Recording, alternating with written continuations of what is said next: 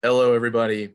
Good evening. My name is Alex Rodriguez. I am an environmental justice specialist at Save the Sound, and I'm proud to join you all today to kick off this Connecticut Coalition for Climate Action mid-session update. It is March 29th, 2023, and we are going hard at the legislature, fighting for climate action, building relationships, and fighting for a better tomorrow.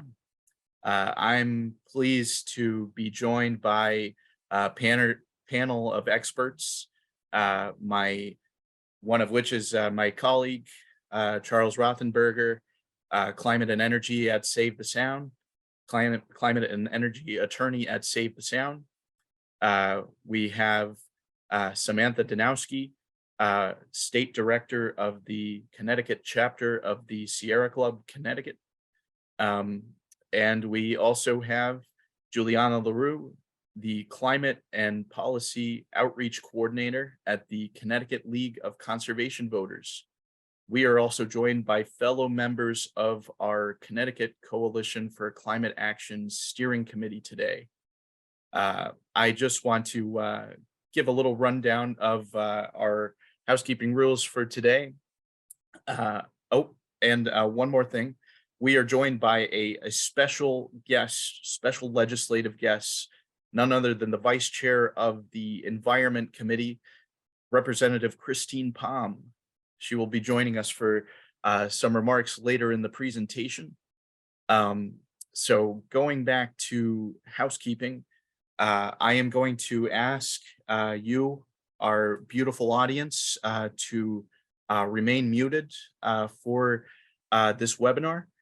There will be a portion of this presentation for Q&A, and I will be fielding those questions after the last slide of the presentation. And so we will make sure that your questions and concerns are addressed. If not today, then in follow-up. And so I will pass the mic to my colleague, Charles Rothenberger. Thank you, Alex. And it looks like I am to begin by wishing everybody a happy Climate Action Week as we end Connecticut's Climate Action Week today. Governor Ned Lamont issued a formal proclamation declaring March 22nd to 29th Climate Action Week here in Connecticut. And really the timing could not have been better, as at the beginning of last week, the IPCC, the UN Intergovernmental Panel on Climate Change, issued its most recent synthesis report, and the last report that we can expect for a few years at least, really illustrating the fact that we have blown past our early climate targets, and we are now in a place where really, in order to avoid the worst impacts of climate change, we need to reduce emissions much more steeply, much more quickly, recognizing that we have already committed ourselves to a significantly changed climate future with the emissions that we have already emitted. But that being said, the actions and the activities and the efforts here in Connecticut, other states in the region and globally, do not begin and end on Climate Action Week. So next slide, please. Recognizing that, I'm also happy to announce the formation of the Connecticut Coalition for Climate Action. It is a growing coalition of organizations and individuals that recognize the challenge that we face and are committed to taking action to hold our leaders accountable, as well as making personal change. And as Alex noted, we're fortunate to be joined by several of the members here to help with this presentation, as well as many others joining us for the presentation. So next slide. So I suspect that this is really preaching to the choir in terms of recognizing the problem, but it sometimes needs to be said as we're having conversations with neighbors and sometimes even policymakers. While climate change is certainly a global problem, its impacts are felt at the local level every day here in Connecticut and elsewhere. Sea level rise, 91% of Connecticut's population live or work in communities prone to flooding. So that impacts all of us. Extreme heat days. Connecticut suffers from some of the worst air quality in the nation, with some of our environmental justice communities, such as Hartford, Bridgeport, and New Haven, among the top cities in the country where it's most challenging to live with asthma.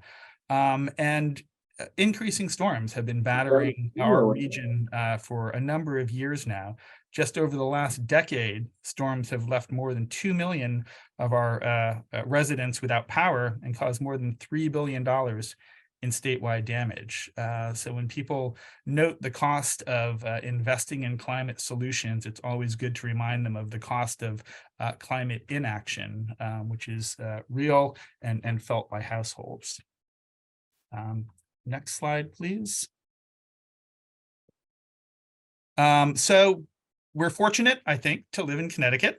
Connecticut has been an early actor when it comes to addressing climate change. And at least once upon a time, this was an issue that was not partisan. Way back in 2008, Governor Jody Rell, a Republican, signed into law our Global Warming Solutions Act, one of the first in the nation, which set mandatory greenhouse gas targets, 10% below 1990 levels by 2020, and 80% below 2001 levels by 2050. A few years later, recognizing that some interim goals would be useful, Governor Dan Malloy, 2018, updated that law by establishing a 2030 reduction target of 45%. And then just a few years ago, or actually just last year, Governor Lamont issued an executive order establishing a 100% clean electricity standard by 2040, and the legislature passed that into law.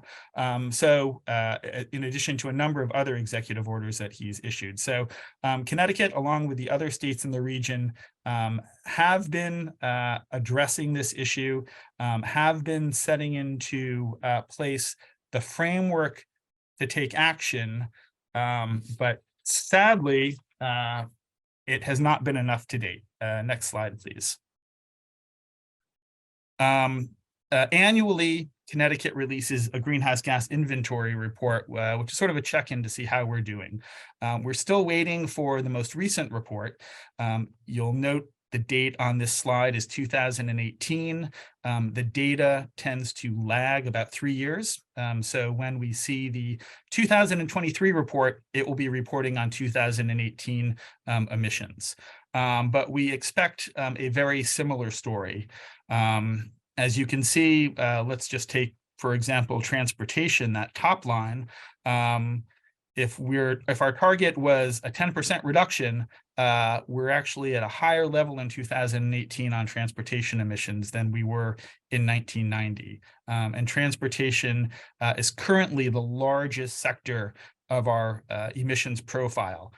Primarily because through the Regional Greenhouse Gas Initiative and other programs, we've done a pretty good job of reducing emissions from power plants.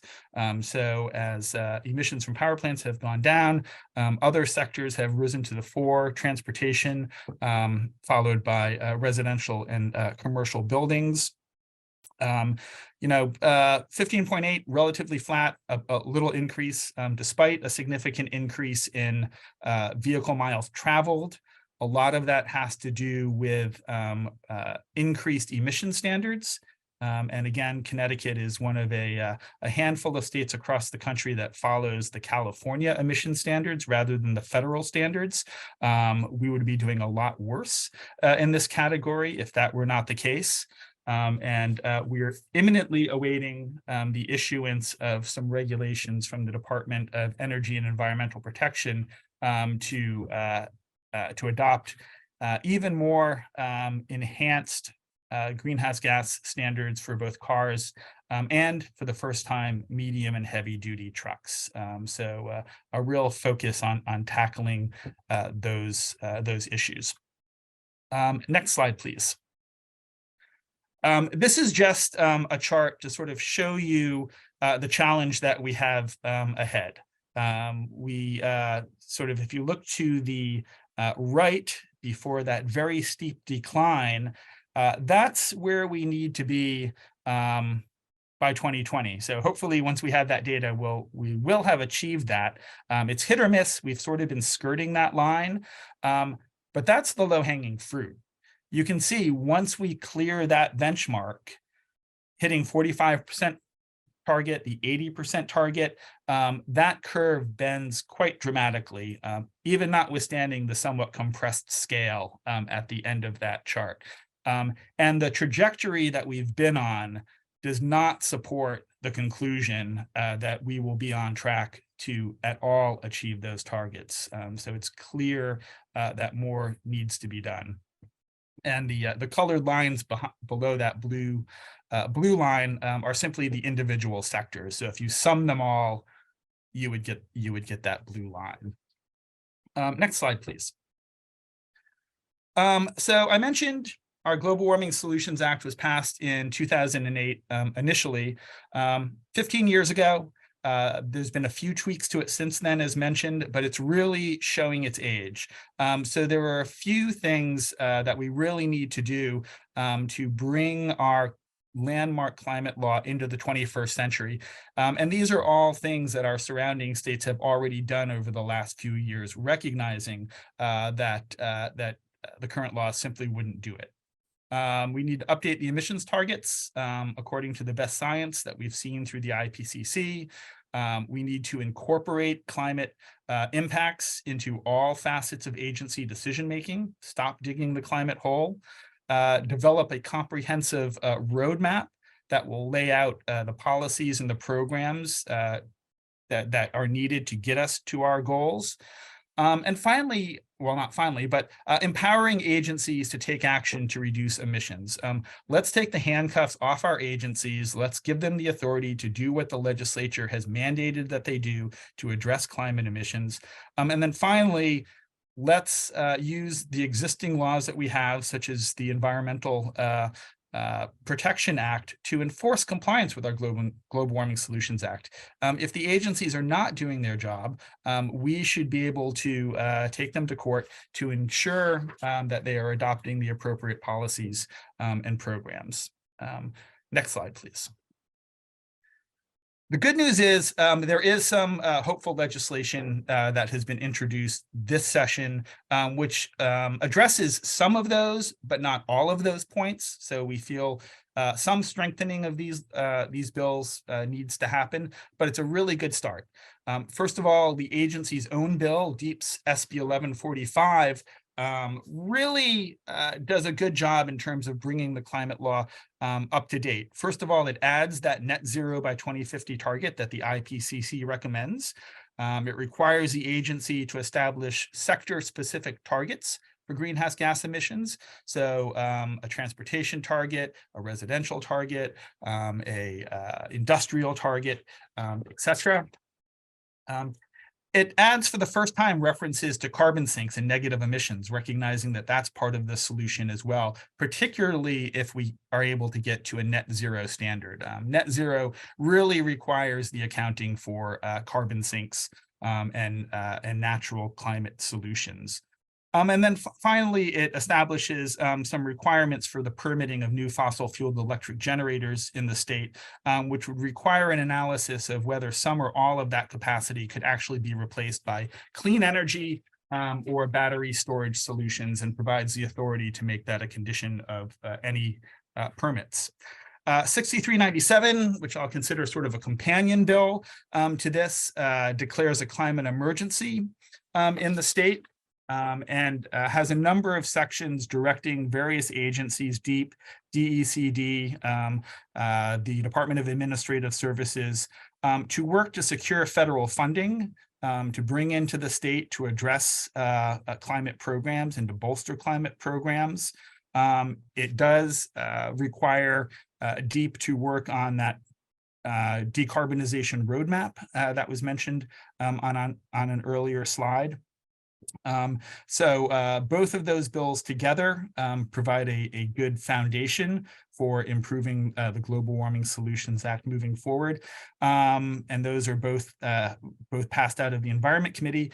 And then a third bill, next slide, please, which was passed out of the Transportation Committee, really focuses on the transportation sector. It doesn't mention the Global Warming Solutions Act by name, but I think this really is a Global Warming Solutions Act bill, which would direct DOT to establish a carbon budget for transportation projects and adopt regulations to ensure that, with some very narrow exceptions for public safety, that transportation projects undertaken by the state, municipal planning organizations, and municipalities meet the standards established in that carbon budget. And all three of those bills passed out of committee successfully and are moving through the process. And I'm sure you'll be hearing more about all of them as we move forward. And on that, I believe it is my turn to pass the baton to Sam. Great. Thank you, Charles. Hi, everybody. I'm Sam Danowski. I am the State Director of Sierra Club's Connecticut Chapter, and delighted to be here to talk to you about buildings. And good to see so many familiar names and faces. We all have been in this fight together, so some of this will be familiar, but hoping to make some more progress in 2023. As Charles noted, as he walked through those slides about our greenhouse gas emissions, buildings are a major source of emissions in Connecticut. On that donut chart, it was broken up between residential, commercial, and industrial buildings, but on the line chart, when all together, it's pretty close to the emissions that come from transportation. And buildings are a sector that we have not done as much with as a state to try and address the emissions from buildings. And this is impacting us all directly. This is in our homes. How are we making emissions in buildings? It's primarily from space and hot water heating. So the use of fossil fuels for those two things, but it also can include cooking and gas-powered clothes dryers. And so we have a long way to go to deal with those. And it is a huge sector, but there is hope. We are replacing equipment in our homes and buildings all the time. So the opportunity to transition from where we are with fossil fuels to renewable energy, is really possible. In general, this is true for all sectors, so it's true for buildings as well. We need to do three things. We need to stop making the problem worse. That means anything new we're constructing or putting in our buildings needs to be fossil free. We need to address the existing emissions, the existing infrastructure, and the existing buildings that we have, and transition them, and we need to do it equitably.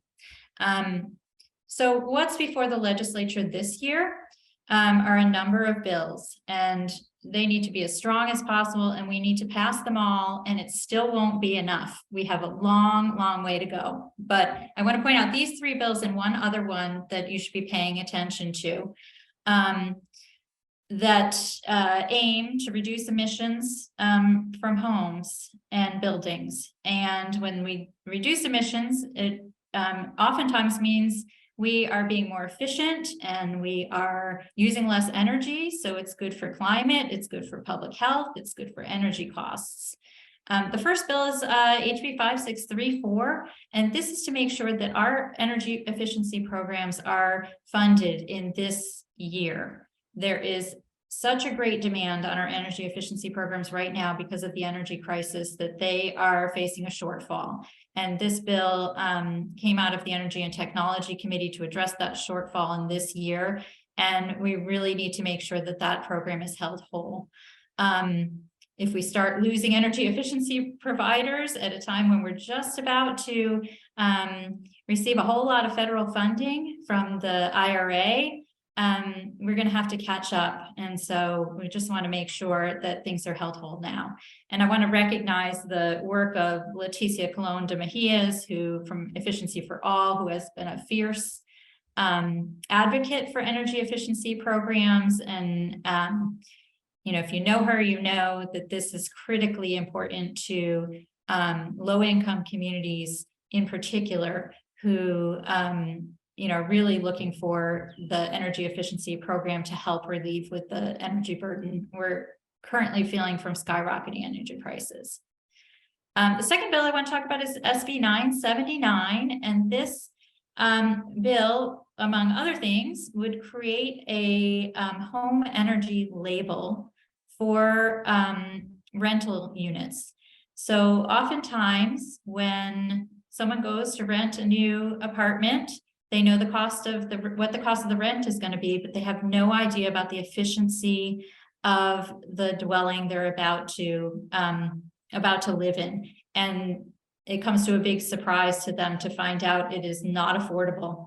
It's how a lot of people get in trouble and can't afford their apartments. It even leads to evictions, health problems.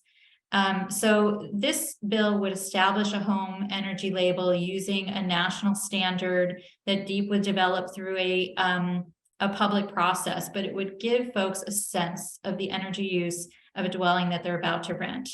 That's good for renters because it helps stabilize their housing costs and helps them understand what they're getting into.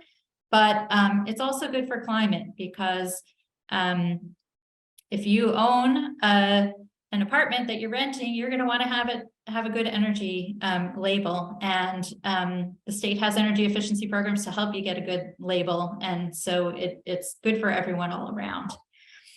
The third bill here on this slide is Senate Bill 4. It is a comprehensive housing bill that addresses tenant protections. It addresses affordable housing, and specifically sections 17 and 20 make a historic investment in energy efficiency and clean energy for rental units, multifamily rental units built before 1980 in environmental justice communities. This is a segment of our housing stock that often does not get access to our energy efficiency programs. The tenant landlord split in incentives has meant that the energy efficiency program has had a really hard time getting their services to tenants, and this section of this bill is aimed at getting those services, energy efficiency, clean energy, including heat pumps, solar panels, battery power, to tenant occupied housing. And it's a super exciting bill. And the other bill I want to mention that's not on this list, but I think you should know about, is Senate Bill 961. It is for carbon-free schools. It is a bill being led by folks from the Connecticut Roundtable on Climate and Jobs. And I know I see folks here from that group. Carbon-free schools, I think its title tells you most of what it's about. And it's an important bill to make sure that we are doing what we need to transition existing buildings to clean energy, and to making sure that new construction in schools are carbon free. And with that, I'll say one more thing, because I do see a message to me about 979. The question about tree canopy. There is a section of the bill that would help increase tree canopy in urban areas, and happy to chat offline if folks want to talk more about that. So pay attention to what's happening with buildings. It's critically important. They're a major emitter of greenhouse gases. And with that, I will pass it on to Juliana to talk about updating the state's environmental justice law.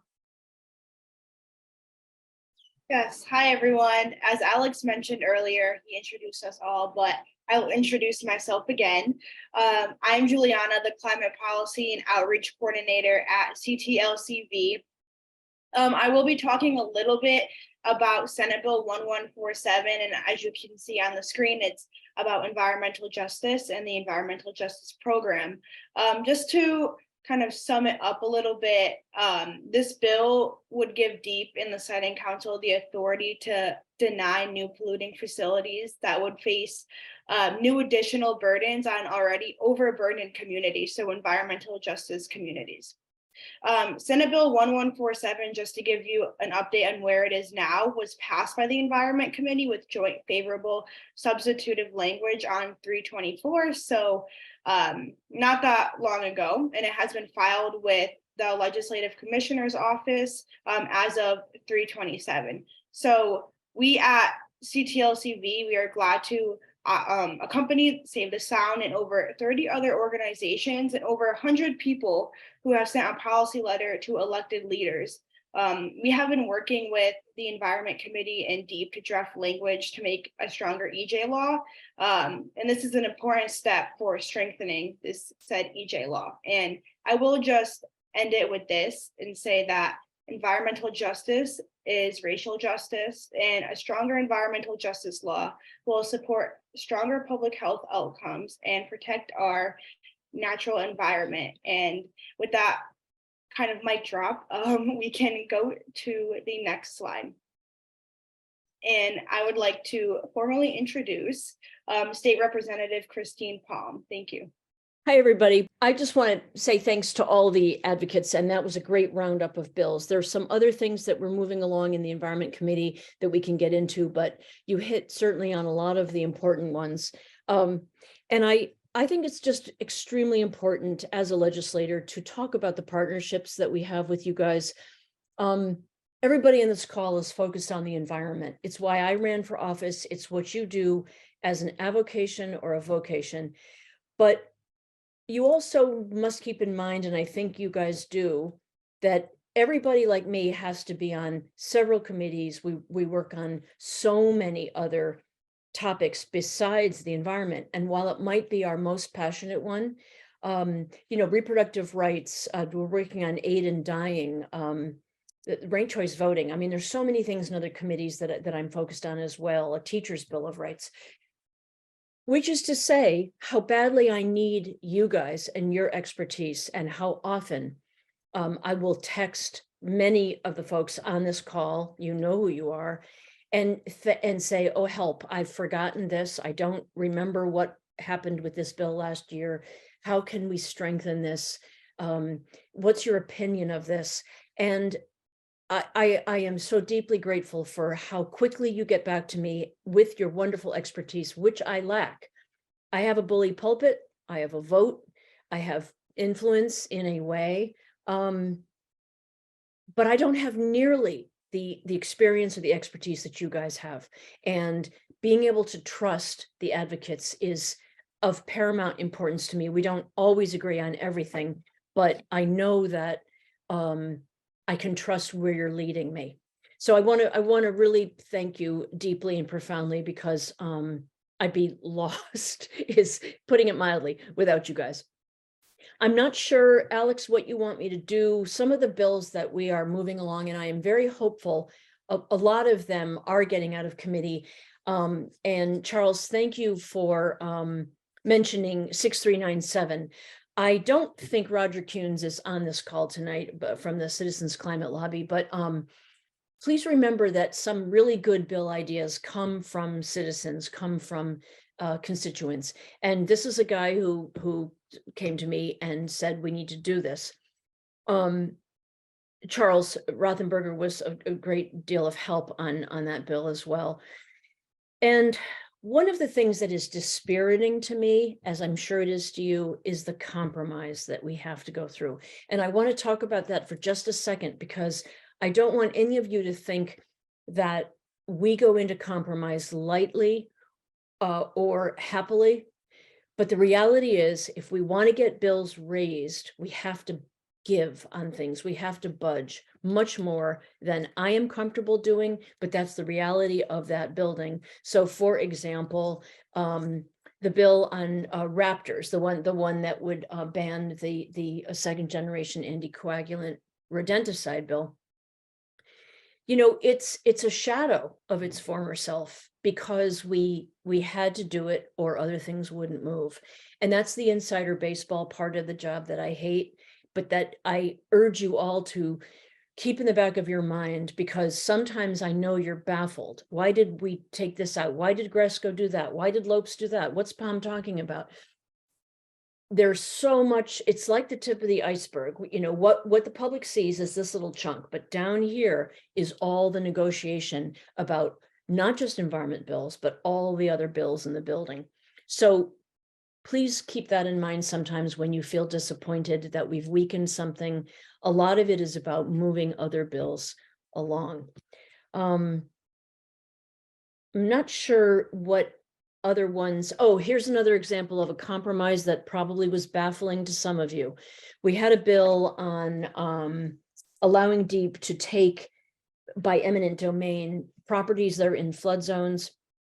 Obviously, I think we can all agree that it's ridiculous for people to keep building on the same piece of land that is sinking or that is being washed away continually because of rising sea levels. And I was going to vote against that bill. In fact, I did talk about voting against it because I think eminent domain is a very slippery slope. And while I trust, or I want to trust our DEEP to do the right thing, I hate the idea of government being able to take private property, as happened in New London and Groton with Pfizer kicking out, decimating an entire neighborhood. It was not serving the public, and it was a debacle. I had to change my vote, kind of embarrassingly, because one of you helped me understand that eminent domain provision is necessary in order to open up the spigot for federal funds for resilience, coastal resilience. So the bill that Charles mentioned, 6397, which declares a climate emergency, one of the reasons to do that was so that we could get federal funds to help us with our carbon goal. So I couldn't be a hypocrite and vote no, you know, to federal funds in one and yes in another. So that kind of compromise, it sounds kind of technical and wonky. It's sort of how we live up there. And I bring it up as a way of saying, please don't despair of us. Please don't give up. Push us hard, but also understand sometimes that we are compromised. And that's the nature of, well, you could say democracy, or you could say a two-party system where the minority party gets increasingly powerful the closer we come to the end of session, because we have a filibuster.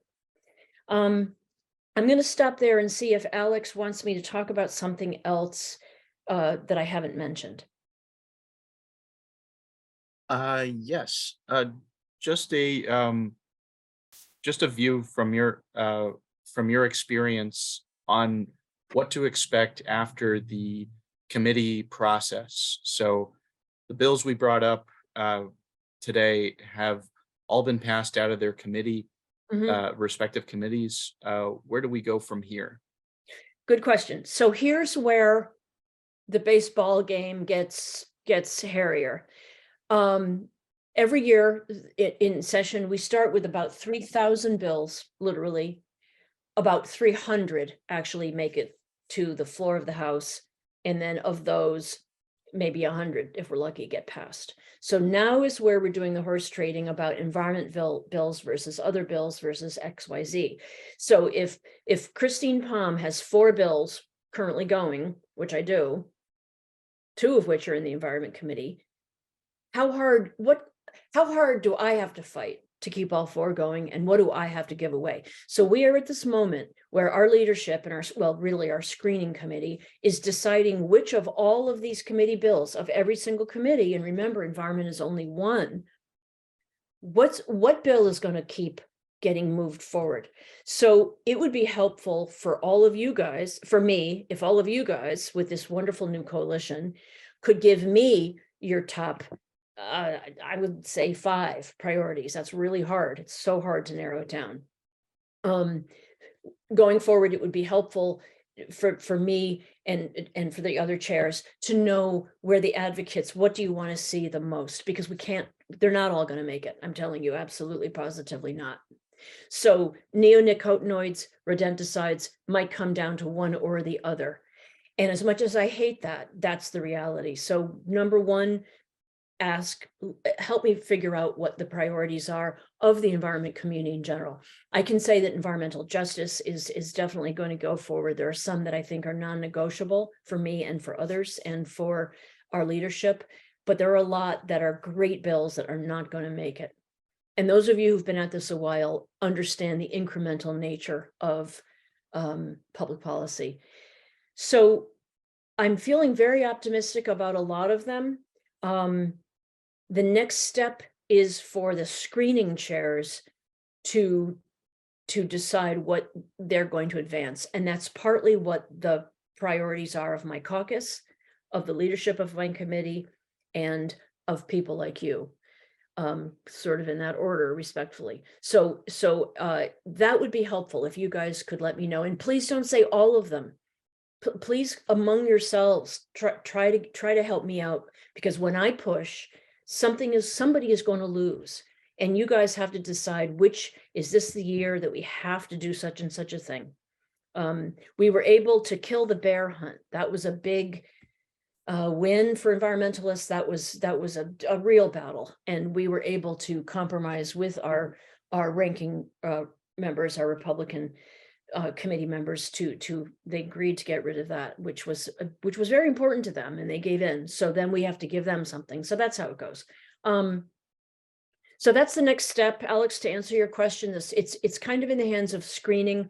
One thing I really would suggest and ask of all of you with your individual organizations, please try to identify people in various towns, because the constituent voice does matter a great deal to all of us. So while I personally have enormous respect for all of you as heads of organizations, when it really comes down to it, for a lot of colleagues, hearing from 10 people in their district is going to mean more to them than hearing from the head of the League of Conservation Voters, the head of Save the Sound, the head of the Sierra Club.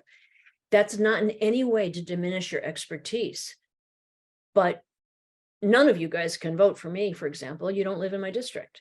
And while I take your voice extremely seriously, what is taken more seriously by a great many of my colleagues, especially the naysayers, right? Let's be honest, especially the ones who are kind of on the environment committee to block environmental action. I'm just going to call it what I think it is. You get 10 people in that town to squawk, that makes a huge difference. The whole circus bill came down to one business in one district of one legislator, and that was able to set the agenda for the Traveling Circus Act bill. So please think about that. Please look at your membership. Get young people to testify. Some of you have heard me say this over and over again. It's really important that we do that. And it's really important that you find ways going forward to write to the chairs of the committee and to the screening committee and the leadership, to Matt Ritter, and say, these bills matter to us, and we voted such and such a person in, and we want to vote this other person out. And the best way to do that is by proving that in the district, there is a strong voice for the environment from those people who will vote, who will show up and vote. And by the way, I had about 10 elderly, and I'm going to say elderly, much older Republicans, tell me they were going to vote for me over my Republican challenger simply because of the environment, because they are deep environmentalists, older Republicans. So don't discount anybody, scoop them in. If they love protecting the environment, get them to talk louder than they're talking now. That is all so well said. And Representative Palm, can't thank you enough for all the guidance you've lend today's webinar discussion. And I hope you can stick around for the questions because I think there are some interesting ones in the chat for you. But I'm going to turn it over to the next slide. And Juliana, take it away. Thank you. And I don't think I can top Representative Palm here, but yeah, I just want to say thank you for talking a little bit and then definitely bringing up youth. As you see, 2 of 3 of these pictures I took at climate rallies when I was younger. So I've been an environmental activist mostly my entire life. So it's really, really important to get youth involved. So let's keep working on that. So again, what do we do next? Grassroots action. Everyone can make a difference. You may not be an expert on some of this, but as Representative Palm said, representatives, senators, they want to hear from who's in their district because those people are voting for them. So if you can contact your legislator about all of the issues that you are really passionate about, let's kind of jump the gun there on that one. But you know, here are some simple things that you can do to make a change. So like I said, call, write, go to the Capitol, visit your legislator. They love to see faces. Share a story with an op-ed or LTE. You can track the bills you care most about on CGA at ct.gov. As well as you can even check out CTLCV.gov. We have a legislative watch list on very important environmental bills that you can check out that we track very closely. This is very important. Stay informed. Things happen very, very quickly in the legislature during the sessions. One day you think something's going to go your way, and next day it doesn't. So it's really important to stay informed on the bills and the issues that you are most interested in. Again, participate in rallies and lobby days at the Capitol. There are so many environmental organizations in Connecticut that do so many rallies and are at the Capitol every single day, weekly, monthly. So it's really important if you can to do that. And again, strength in numbers. Share your passion with your family and friends. Tell, you know, if you're really passionate about environmental justice, tell your friend down the road, hey, this is happening at the Capitol. It's really important to me. Here's what's going on. Will you visit the Capitol with me or write a letter with me? Really try to get groups of people together to make a difference. So with that being said, we can go to the next slide. And like I was saying, take action. You can take action now. Text ACT now to 52886. Next slide, please. And texting that number, you will be informed on these important bills. You can send a message to your state legislator on everything that we talked about today, whether it's housing or GW, I say climate accountability, carbon budget or transportation, healthy homes. That's really important. So like I said, call to action. This is one thing you can do right now. Thank you. And I'm going to turn it over to Alex. Wow. Everybody, please give it up for our panelists. Use that clap function on the Zoom. Thank you all for joining us. This has been a fantastic overview of the legislative session up to this point. We are at the midway, and we need a village. We need a village. We need to be in sync with one another to really booster these climate action priorities through. And so we are at the point of the webinar where we are opening it up for Q&A. I have some questions in the chat that I will do my best to get to all of them. One question, I think this is for Representative Palm, around unit-based pricing, pay as you throw. Is there any hope of introducing a pay as you throw or unit-based pricing program statewide? At this point, no new bills can be raised. So anything going forward has got to be for next session. So to all of the people who are saying, can we do this? Can we do that? I would love to talk to you after session in the summer, because that's when I start thinking about bills for next year. So the unit-based pricing is a tough sell. It's seen as regressive, and that's not happening this year.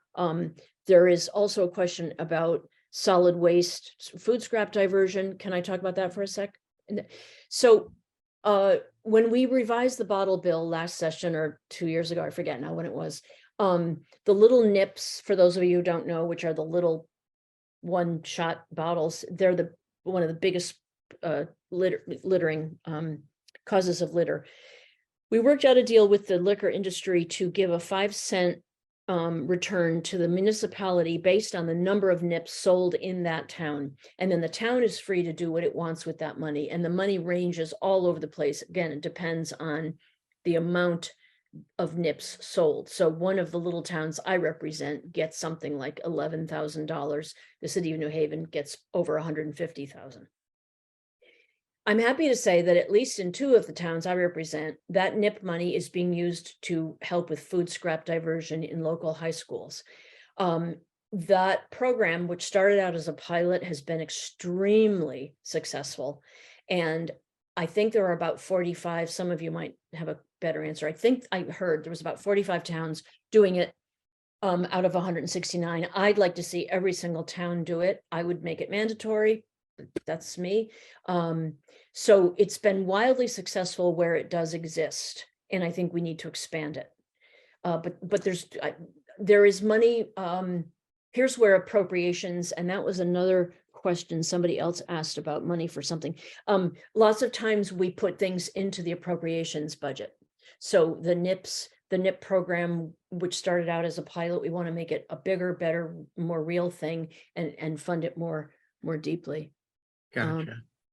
I don't know what HJ37 is. I was just Googling it. It's something about mobile homes. Is that what this gentleman? Actually, I can jump in there. So I believe that reference is to the resolution to amend the state constitution for an Oh, yes. environmental Yep. protection act. Okay. And I'll just say, from my perspective, great idea, big idea. And if you've been around the legislature for any length of time, you know that things rarely get past the first year they're introduced. So particularly constitutional amendments are a multi-year effort. So it did not get a vote out of committee, although there was a very robust discussion of it during the hearing process. I will say Connecticut is a little bit better poised than many states in that we do have a statute that reflects the intent of that constitutional amendment. 22A16, our Connecticut Environmental Protection Act, gives everybody the opportunity to act as a private attorney general to enforce the public trust in the air, land, and water against private actors, against government actors. So not as strong as a constitutional amendment, I recognize, but I have no doubt that discussions around that will continue, and we will certainly see it back next session, if not sooner. So there's a perfect example of what I was talking about earlier about the expertise that people like me rely on, because Charles's knowledge is so much vaster and deeper. That was an idea of Mary Mushinsky, who is a wonderful, she's the eminence grise in the legislature, certainly in the Environment Committee, and I've learned a great deal from her. That's her idea. But as Charles said, it would have to get introduced a lot. Changing the Constitution is extremely hard. The Government Administrations and Elections Committee, in which I sat last couple of years, we finally got early voting through, but changing the Constitution is really hard, and for good reason. You don't want to go in and mess with it, because then you can lose provisions that you love. You can't, like, who's changing the Constitution is the real question.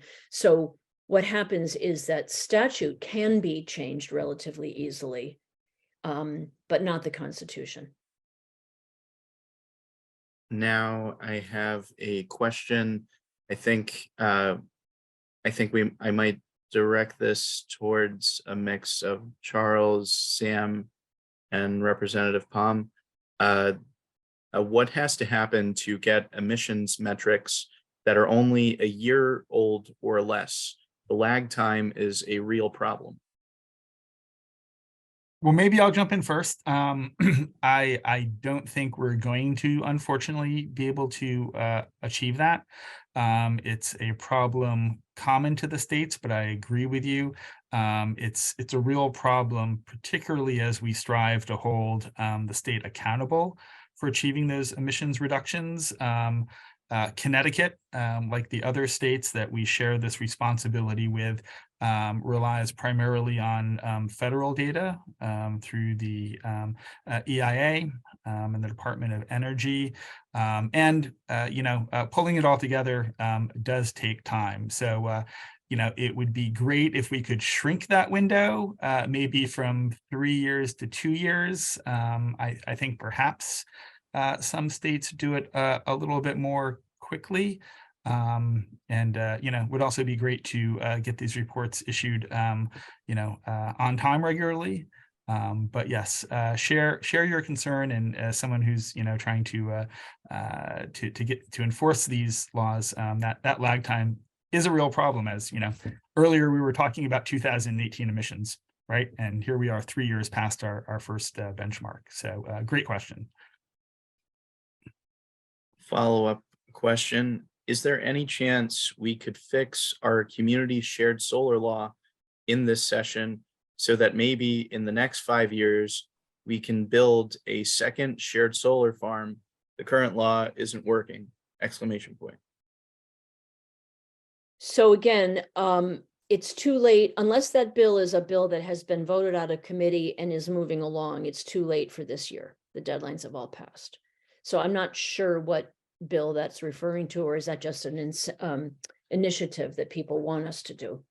So I would also add, absolutely right, too late to introduce new stuff this session. But the good news is we have fixed our shared solar program. We streamlined it through Pura, so that we no longer rely on door-to-door solicitations to get enrollees to support these shared programs. Low and moderate income customers are automatically enrolled for the financial benefits of these shared clean energy facilities when they are solicited and built. We've had very robust participation in the last 3 years of auctions in the SCEF program. And again, we moved it from a pilot program to a full program, and doubled the capacity from 25 megawatts annually to 50 megawatts annually. So that's another vast improvement, unlocking more clean energy resources for environmental justice communities. And this year there is a bill, and the number may escape me, but that would actually remove the sunset provision for not only the SCEF program, but also the residential and commercial solar incentive programs. They're currently 5-year programs. The bill currently being considered, which did, I believe, make it out of committee, would eliminate that sunset provision. So there's always room for continuous improvement. Pura reviews the program annually, and every year has made tweaks to it, which make it more effective. But it is in much better shape now than it was back when that pilot program was started, and that only one of 3 projects actually were built. Okay. Alex, may I clarify some seeds of confusion I seem to have sown about the screening process? Yes. Yes, One of please. the questions, and I'm sorry about that. There's different screening committees. So there is no environment screening committee going forward. I am on the screening committee. It's the 2 chairs, the House and the Senate Democratic co-chairs, the 2 vice chairs, me and Senator Jan Hockadell, and then the 2 ranking members, which are the 2 Republican members. That's Senator Steve Harding and Representative Pat Callahan. So those 6 people screen all the bills that come into the Environment Committee, but we've done that. We've done our work. We finished doing that. When I said about it now goes on to screening, there's like an Uber screening committee, which filters out bills before they get to the speaker. So those are the people I was referring to.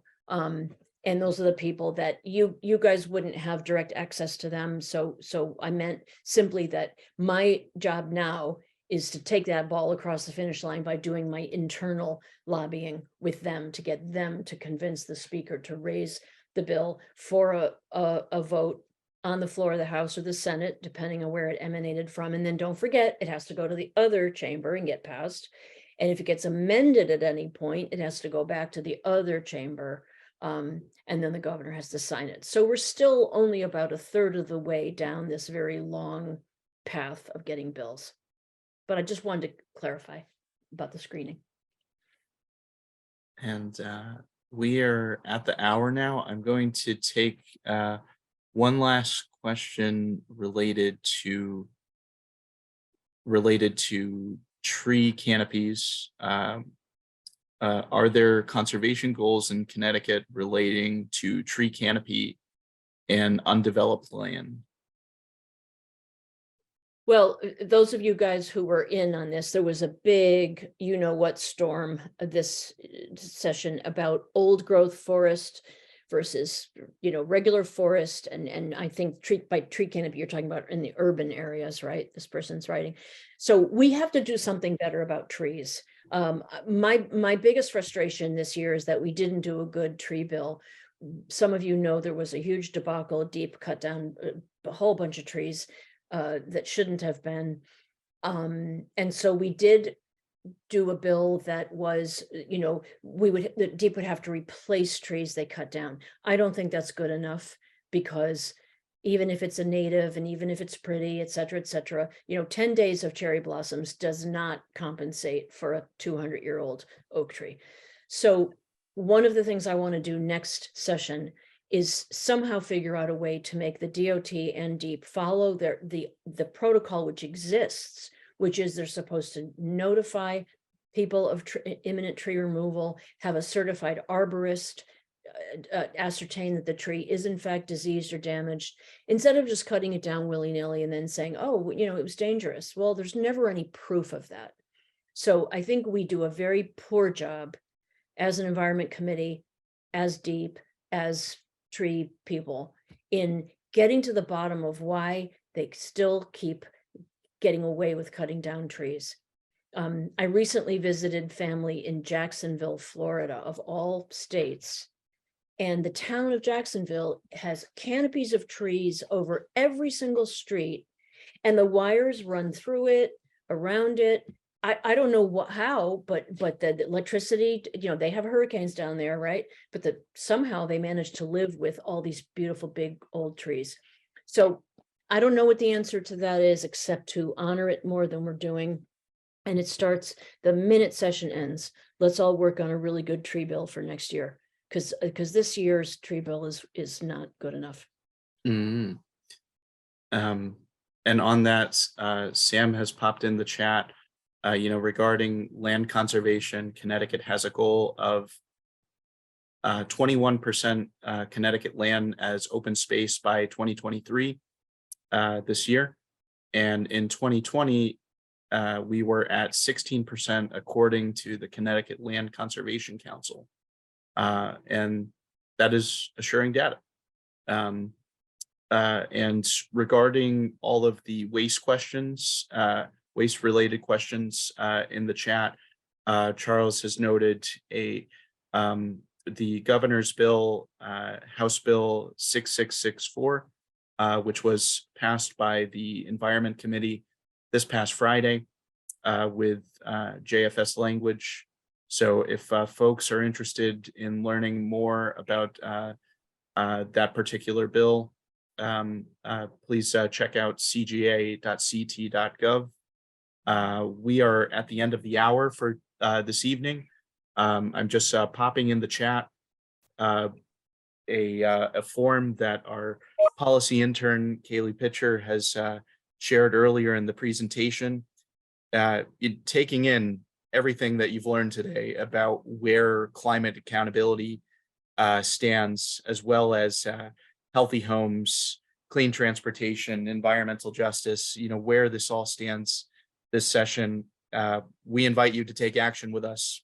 As I iterated earlier, it takes a village to make policy change happen. And we need to join forces. We need to refine our stories, reach out to those who suffer from similar climate injustices, and really make sure that people are sharing those stories with the media. This was our Connecticut Coalition for Climate Action mid-session update. Thank you all for joining us this evening. We will send a recording in the follow-up. And also, if you liked what you saw today, please check out our climateactionct.org website. We have some helpful guidance for folks to use to communicate the urgency of climate action. If you're on social media, Twitter, Instagram especially, use our hashtags, hashtag climate action CT and hashtag keep CT's climate promise. And that is all, everybody.